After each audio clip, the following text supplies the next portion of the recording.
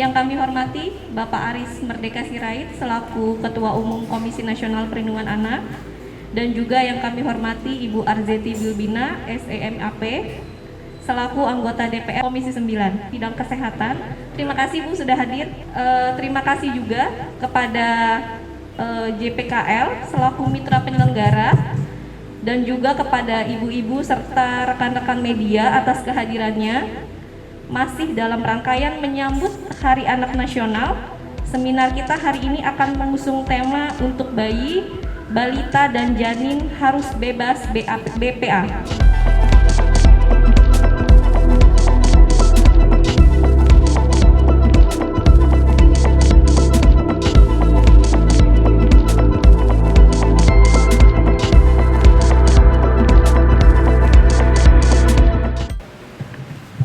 Baik, karena kita harus taat pada protokol kesehatan COVID-19, waktu kita hanya terbatas.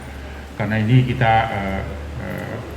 hadir di tempat ini, mudah-mudahan kita taat dan patuh terhadap protokol kesehatan COVID-19. Saya ingin menyampaikan saja bahwa topik hari ini Komnas Perlindungan Anak update apa yang menjadi perhatian Komnas Perlindungan Anak selain kita mempersiapkan anak-anak supaya imunitasnya tinggi menghadapi corona varian baru Delta ini. Tetapi ini juga lebih penting, bukan lebih penting, tapi ini juga penting untuk diketahui oleh masyarakat Indonesia. Kami memberikan judul Lindungi Balita, Bayi, Janin, dan Ibu Hamil dari Bahaya BPA. Jadi BPA itu sejenis racun yang mengelola ini ya, mengelola plastik-plastik dan sebagainya yang bermigrasi ke produk-produk seperti tempat makanan bayi, dot dan sebagainya. Ini masih banyak contoh-contoh ya. Nah, sejalan dengan banyaknya penggunaan beragam kemasan plastik untuk pangan balita dan bayi di Indonesia, Komnas Perlindungan Anak meminta masyarakat untuk cermat dalam menggunakan bahan plastik dan mengetahui jenis-jenis plastik yang bisa berdampak untuk kesehatan tubuh balita dan bayi, serta meminta masyarakat untuk memilih kemasan plastik yang sudah mendapatkan izin dari Badan Pengawasan Obat dan Makanan atau BPOM. Jadi ini sebenarnya galon-galon seperti ini yang daur ulang dan sebagainya ini bermigrasi sekali lagi seperti ini. Jadi produk-produk plastik ini menjadi dominan sekarang ini, menjadi kebutuhan masyarakat seperti yang saya jelaskan tadi.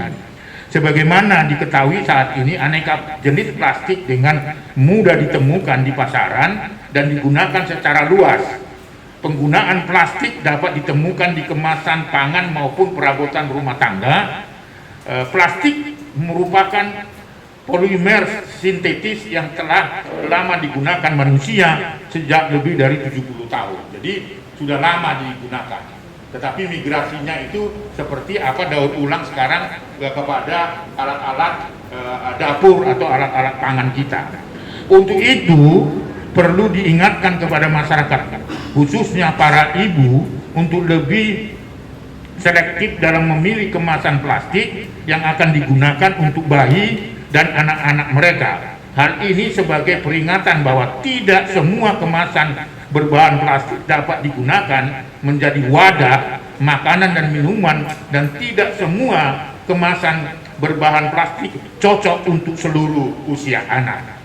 Di Indonesia, Bapak Ibu, masih banyak barang yang terbuat dari plastik seperti piring, sendok, kemasan botol susu, dan dot digunakan untuk anak-anak.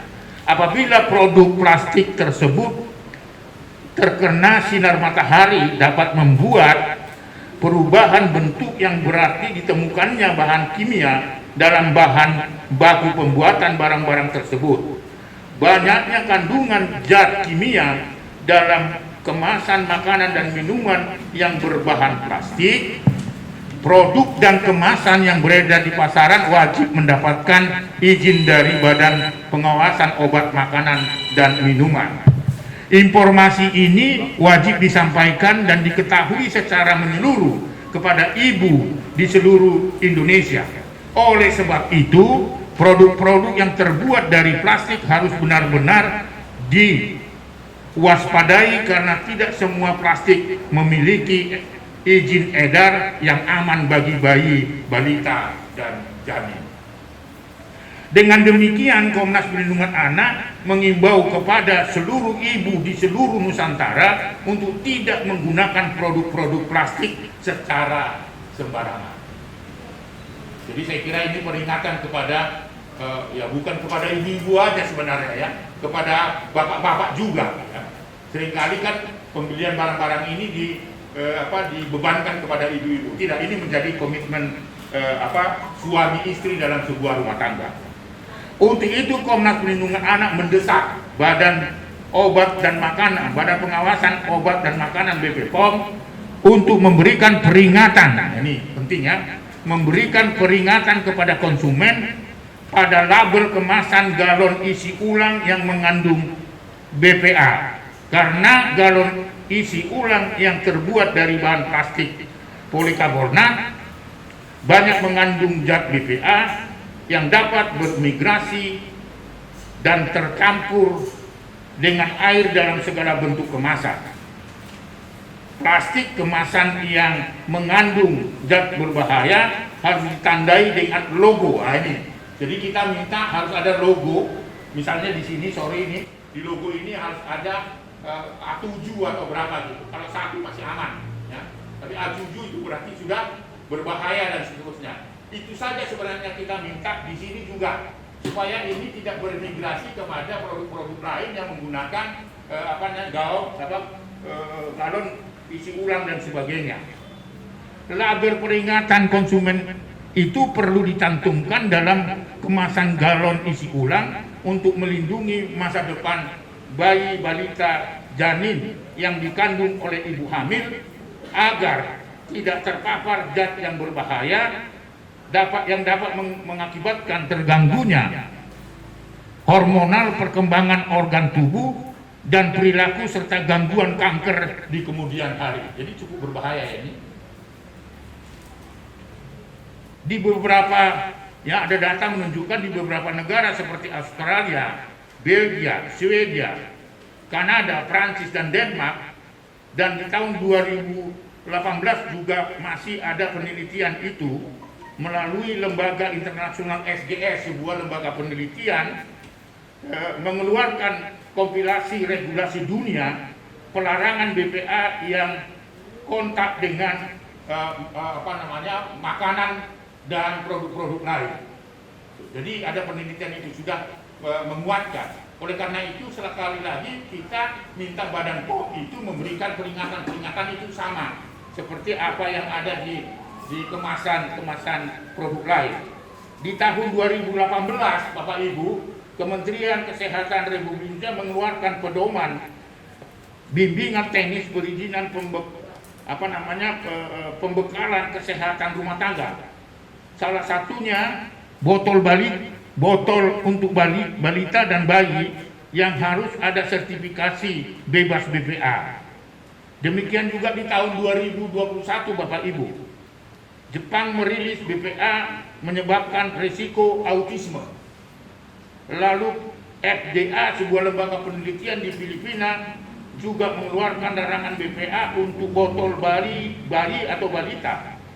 Namun sayangnya di Indonesia pengaturan BPA belum diatur secara ketat.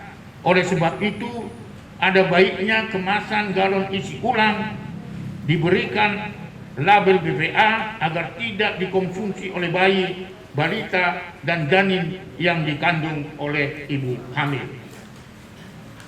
Negara Asia, Bapak Ibu, termasuk Indonesia, telah melarang penggunaan kemasan polikarbonat yang mengandung BPA secara langsung bersentuhan dengan wadah atau tempat makanan yang dipergunakan untuk konsumsi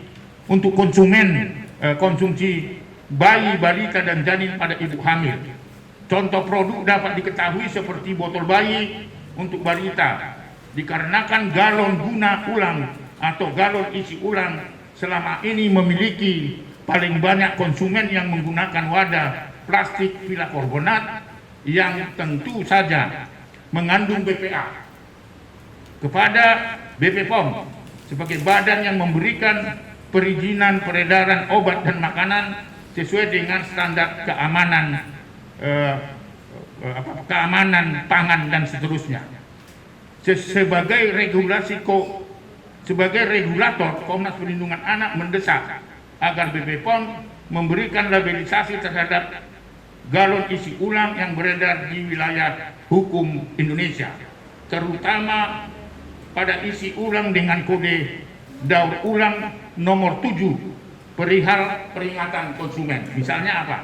Kemasan mengandung BPA berbahaya bagi balita dan janin pada ibu hamil. Seperti apa yang tertera di dalam bungkus rokok dan susu kental manis. Ada peringatan kalau mengkonsumsi itu mendapat berdampak pada radang tenggorokan, mulut dan sebagainya. Itu saja sebenarnya yang kita harap dari BP POM, supaya semua produk-produk seperti apa yang saya ada di ini adalah harus memberikan tanda A7 dan sebagainya. Beberapa ada yang A1, nah itu masih aman dari BPA. Tetapi kalau misalnya A7 misalnya seperti itulah supaya ibu-ibu di Indonesia itu paham betul apa yang harus dihindari. Jadi inilah pagi hari ini kita sampaikan bahwa sampai hari ini BPA itu berbahaya bagi balita, bayi, kemudian janin, bagi ibu hamil dan seterusnya. Nah, Komnas Perlindungan Anak menyerukan pada pagi hari ini supaya memberikan label misalnya kemasan mengandung BPA berbahaya bagi bayi, balita dan janin pada ibu hamil. Bisa dibuat di situ. Sama seperti produk, sekali lagi, kenapa bisa produk rokok itu dengan peraturan pemerintahnya itu bisa mencantumkan itu. Ya, kita lihat misalnya di produk rokok kalau bapak ibu masih merokok gitu, dan di kental manis juga itu tidak boleh dikonsumsi oleh bayi dan umur berapa dan sebagainya. Saya kira itu peringatan yang kita minta. Tapi sampai hari ini setelah 1 bulan yang lalu kita ketemu pada isu yang sama, belum direspon dengan baik. Saya tidak tahu ada apa. Kami tidak mempersoalkan bahwa galon ini adalah produk mana atau industri mana, tidak. Tetapi jenis yang galon isi ulang dan sebagainya itu kita yakini dia mengandung BPA dan dia bermigrasi kepada produk-produk seperti ini. Ya, jadi ini sangat berbahaya. Anda lihat kalau ini dijemur di matahari dia akan melengkung, membuktikan bahwa ini ada BPA atau tidak, paling bisa mengenali itu. Tapi ketika itu simpan di tempat yang dingin dia lurus sendiri. Nah, ada juga yang isinya itu sebuah produk ini yang kental atau keras atau bening. Itu berarti bisa dikenali dengan dia mengandung BPA atau tidak. Tapi yang terpenting adalah peringatan yang jelas. Buat saja A7 misalnya seperti itu supaya masyarakat tahu betul bahwa itu tidak boleh dikonsumsi balita, bayi dan ibu hamil dan sebagainya. Saya kira ini nanti tambahan Ibu Arjeti akan menyampaikan apa kira-kira yang ingin disampaikan kepada ibu-ibu kita semua seluruh Indonesia, ya. Kami tidak mempersoalkan bahwa ini produknya siapa, tidak produk. Tidak peduli kita dengan itu. Kami tidak punya kepentingan itu, tetapi bahwa jenis seperti itu bisa bermigrasi kepada plastik-plastik yang dikonsumsi anak dan itu dapat mengganggu janin, ya. Tadi disebutkan bisa radang otak bahkan sampai pada kanker dan sebagainya. Nah, untuk nanti kita perdalam setelah Ibu Arjeti memberikan statement. Terima kasih.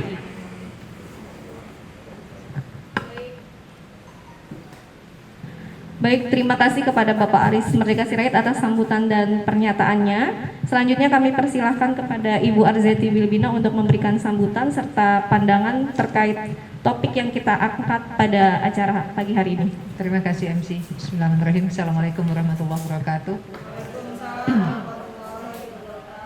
Selamat siang, salam sejahtera, Om Swastiastu, Nama Budaya. Pertama-tama kita mengucapkan puji syukur kehadirat Allah karena alhamdulillah kita semua bisa hadir di sini, bisa bersilaturahmi dalam kondisi sehat. Terima kasih Pak Aris. Beliau adalah figur yang luar biasa, tokoh yang begitu peduli karena beliau memiliki empati yang sangat tinggi. Sahabat-sahabat perempuan saya yang hadir di sini, saya adalah menjadi bagian dari sahabat-sahabat perempuan, ibu, karena saya juga adalah ibu dengan 3 anak, dan juga teman-teman media yang hadir di sini, terima kasih. Saya juga mengucapkan terima kasih kepada Komnas Perlindungan Anak karena sebelum kita duduk di sini masuk ke dalam ruangan ini, saya sebagai saksi juga melihat betapa pedulinya dalam kita berbicara mengenai menjadi kepanjangan tangan pemerintah untuk menjadi pemutus mata rantai. Kalau tadi Pak Aris mengatakan varian baru Delta. Tadi sebelum kita masuk ini ruangan disinfektan dulu gitu ya. Jadi kita sendiri pun juga protapnya juga menjalankan dengan baik. Dan saya berharap kita adalah menjadi tombak untuk ikut bersama-sama agar kita punya peran bahwa virus ini akan hilang kalau kita peduli dan menjadi bagian. Kalau tadi dibahasakan bahwa Pak Aris sangat konsen bicara tentang kita sebagai perempuan. Sudah sepatutnya lah kita perempuan duduk di sini bersama-sama untuk menjadi bagian dalam kepanjangan tangan mengedukasi, mensosialisasikan. Dan kita juga mengucapkan selamat Hari Anak kepada anak-anak kita. Karena alhamdulillah di tanggal 23 Juli kemarin ada hari besar di mana anak-anak kita diberikan kesempatan oleh pemerintah untuk menunjukkan bahwa anak-anak cerdas itu adalah anak-anak yang berani. Anak-anak berani itu tentunya harus dimulai dari ibu, dari kita. Jadi sebelum kita melahirkan mereka, tentunya kita mengandung. Nah, di sini biasanya perempuan itu sangat peduli, sangat care, sangat berhati-hati dan selalu ingin mendapatkan informasi. Saya ingat pada saat saya kemarin memiliki anak dengan nunutan yang sangat cepat, saya selalu mencari, kalau zaman dulu kan belum ada online informasi yang begitu mudah. Tentunya kita ikut seminar. Nah di sini kalau kita bicara mengenai keinginan kita, tentunya kita ingin melahirkan anak-anak yang baik. Dimulai dari apa? Dari kesehatan mereka. Pada saat kita sedang memberikan ASI eksklusif kepada mereka, kemudian 2 tahun kita memberikan ASI, kemudian kita ingin memberikan makanan tambahan. Salah satu caranya adalah kita memilih produk-produk makanan yang baik. Nah tentu kalau saat sekarang kita harus melihat sudah mengandung BPA atau tidak. Oh ternyata aman. Di situ ada penulisan label. Kemudian setelah kita memilih makanan tersebut, kemudian kita mengolah apakah itu makanan, apakah itu minuman. Kemudian kita mengolah misalnya susu gitu. Kalau tadi Pak Aris mengatakan susu. Nah susu yang kita pilih pun juga susu yang sudah terbebas dari BPA. Alhamdulillah artinya semua runutan sudah kita jalankan, tetapi kita lupa. Kalau tadi Pak Aris mengatakan yang paling penting adalah satu lagi nih yang kita harus peduli. Pada saat kita membuat susu tersebut dalam kemasan airnya, kemudian kita menggunakan galon di rumah kita, kita lupa apakah galon yang ada di rumah kita itu terbebas dari yang namanya lingkaran segitiga, ada tulisan 7 yang diharapkan oleh Pak Aris. Di sini kan kita perempuan-perempuan kan kadang-kadang suka lupa karena banyak sekali pemikiran kita. Sehingga edukasi-edukasi ini yang kemudian kita tidak sadar, ternyata kita menjadi bagian dalam memberikan yang namanya anak-anak kita terkena penyakit, baik itu tumbuh kembang anak-anak kita terganggu, kemudian nanti ke depannya mereka akan terkena kanker atau kanker gitu ya. Ini adalah peran kita sebagai ibu yang tidak peduli, yang tidak mau mengetahui dan memahami. Jadi saya sangat mengapresiasi dengan adanya forum ini di dalam rangkaian Hari Anak Indonesia. Kita sebagai ibu memberikan edukasi, mendapatkan pencerahan agar kita semua sama-sama bisa mensosialisasikan ini. Karena saya yakin tidak semua ibu-ibu yang paham dengan adanya segitiga 7 ini atau dengan bahasa BPA PRI. Karena ternyata BPA PRI ini kan tidak semua produk itu menggunakan ada pelabelan itu ada dibuat.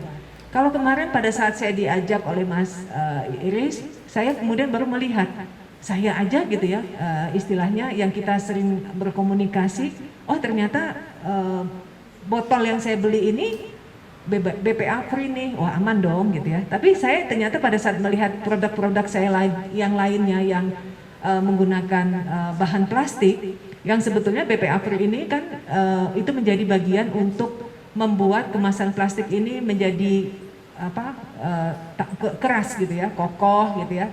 Ternyata ini bukan jaminan bahwa produk itu baik.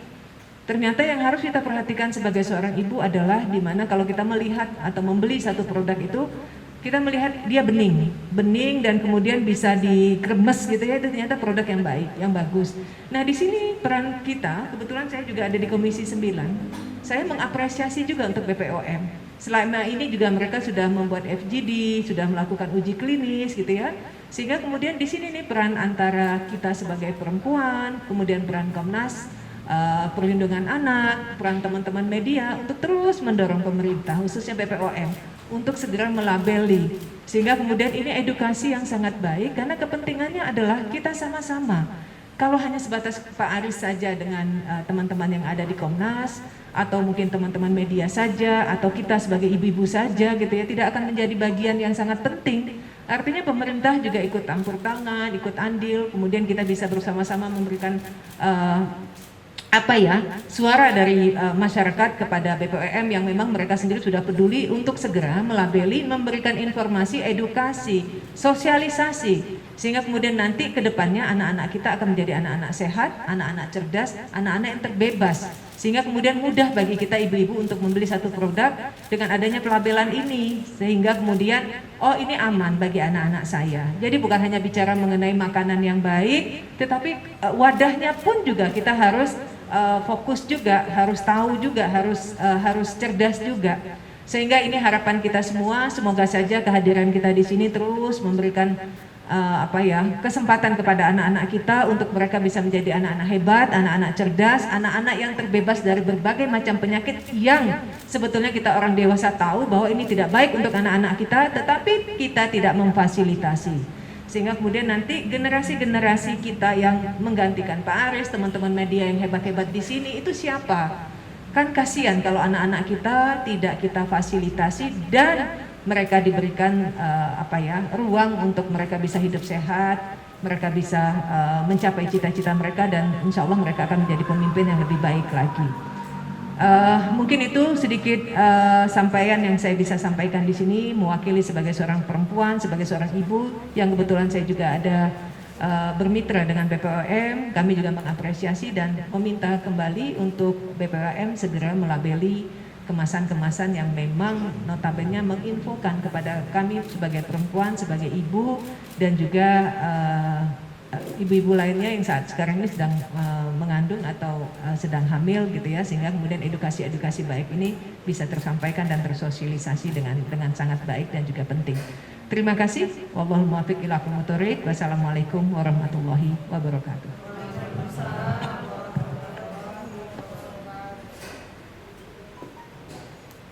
Terima kasih untuk Ibu Arzeti atas sambutan dan informasinya. Selanjutnya kita akan masuk kepada sesi tanya jawab.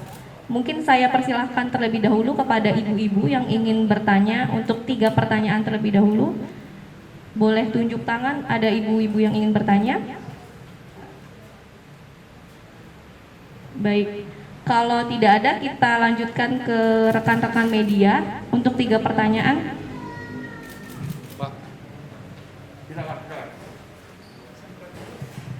Saya Munir Pak dari Warta Kota. Yang saya ingin tanyakan, ketika ini mengandung BPA, adakah apa yang harus dipakai untuk balita atau bayi? Karena kan hampir semua produk wadah makanan itu plastik Pak. Nah itu ada saran lain nggak untuk balita itu? Ya saya kira seperti ini kan nggak ada ya.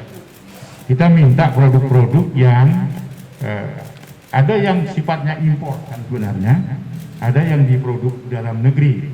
Kalau di dalam negeri misalnya dia wajib mencantumkan tapi seperti apa yang kita inginkan. Ada A7 ya, memperingatkan di sini. Kalau misalnya itu sudah ada A7, itu berarti kan bebas dari BPA. Toh? Itu harapan kita kalau dia diproduk dalam negeri. Kalau diimpor misalnya, ini diimpor misalnya untuk mengatasi ini, para ibu-ibu tidak membeli yang tidak tertera A7 itu. Karena ada kan produk seperti ini kan nggak ada nih. Ini kita nggak tahu ini jaminannya. Migrasinya kan bisa di sini nih.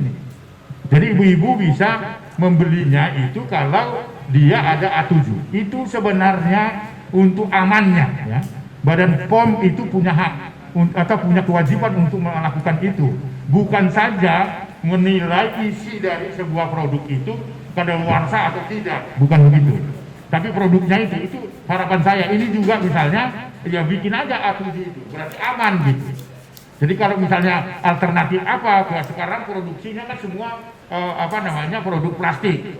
Tapi kita bisa melihat membeli itu, ibu-ibu harus diberikan kecerdasan informasi. Itu yang kita harapkan, sama seperti rokok gitu loh. Sedangkan dibuat aja masih banyak orang merokok kan gitu. Ada peringatan kan itu sampai pada paru-paru, tenggorokan dan sebagainya. Ini juga begitu. Tidak perlu ada gambar bayi di sini, tidak. A7 saja begitu misalnya. Ketika ibu-ibu mau beli ada A7-nya, aman dia. Kalau enggak ini misalnya enggak ada ini, ya ini jangan dibeli. Gitu loh maksudnya. Jadi tekniknya atau tipsnya seperti itu. Saya kira itu untuk ibu-ibu di seluruh Nusantara sekali lagi dengan tanda-tanda itu boleh dilakukan atau dipakai.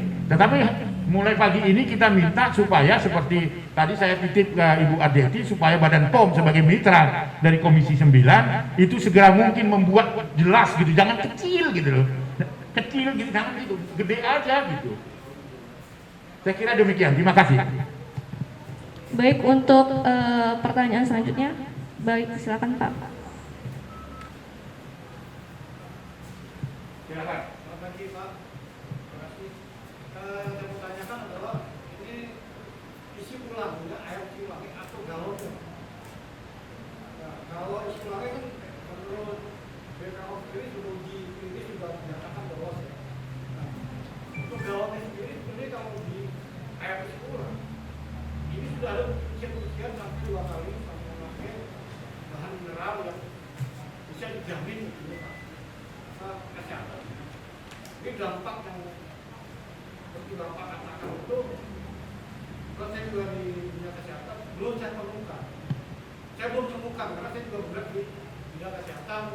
Saya juga masuk di kampung-kampung dan saya belum pernah menemukan namanya ada kasus-kasus wanita yang diambil karena mengkonsumsi usulan.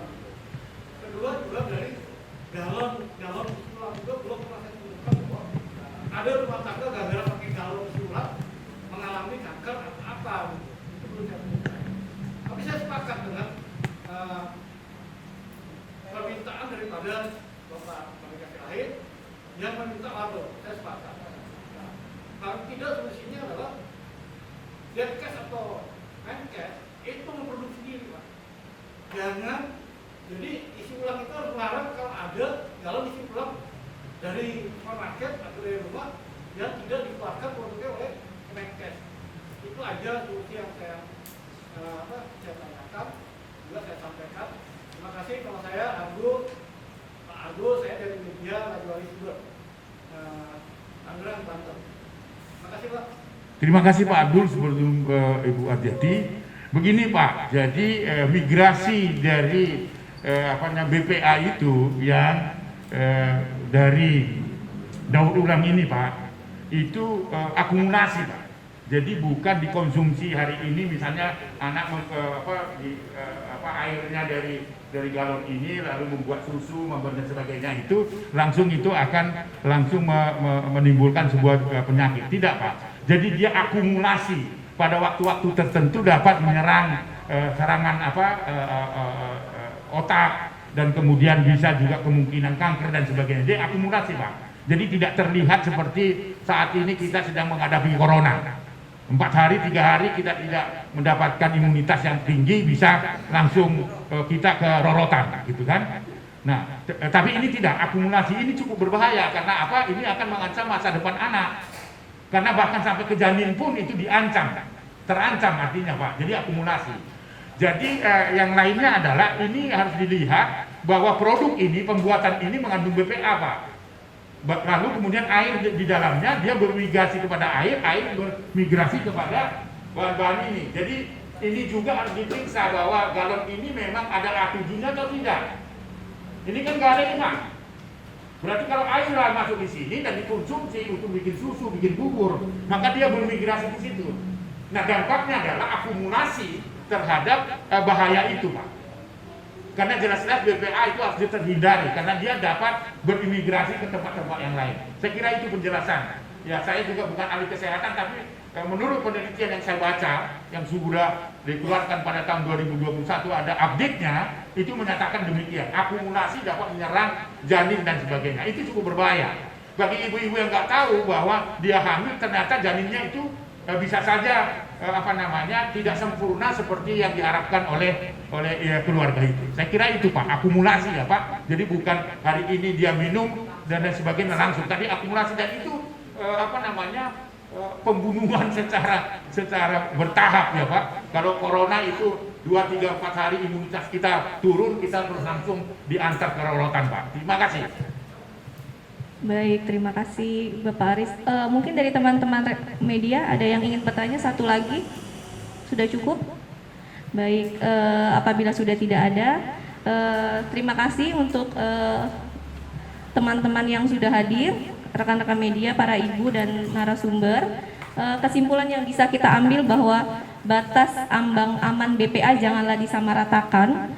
Jika untuk wadah makanan dan minuman bayi, balita dan ibu hamil tidak kompromi untuk ambang batas. Semua harus dipastikan zero. Semoga Badan POM segera menindaklanjuti hal ini dengan memberikan pelabelan di setiap kemasan produk yang mengandung BPA agar anak-anak Indonesia dapat terlindungi. Terima kasih banyak kepada narasumber serta para hadirin yang telah menyimak acara ini dari awal sampai akhir. Saya mewakili penyelenggara menyampaikan mohon maaf apabila ada kekurangan dalam penyelenggaraan acara ini serta apabila ada salah kata mohon maaf. Akhir kata terima kasih. Wassalamualaikum warahmatullahi wabarakatuh.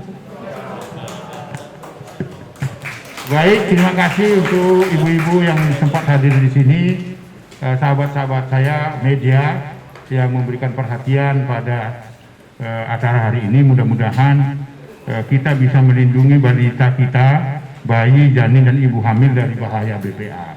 Yang kedua, mudah-mudahan dengan pertemuan ini Badan POM sebagai pemegang regulator bisa segera mungkin membuat label-label pada kemasan-kemasan yang sifatnya plastik yang dikonsumsi oleh ibu-ibu, balita, bayi, dan sebagainya. Sekali lagi, atas kehadiran dan perhatian kawan-kawan Ibu Arjeti yang sudah sempat di kantor kita, walaupun kita saat ini dibatasi oleh PPKM, tetapi kita memenuhi unsur-unsur protokol kesehatan yang kita patuhi dan kita jalankan. Sekali lagi terima kasih atas perhatian kawan-kawan semua.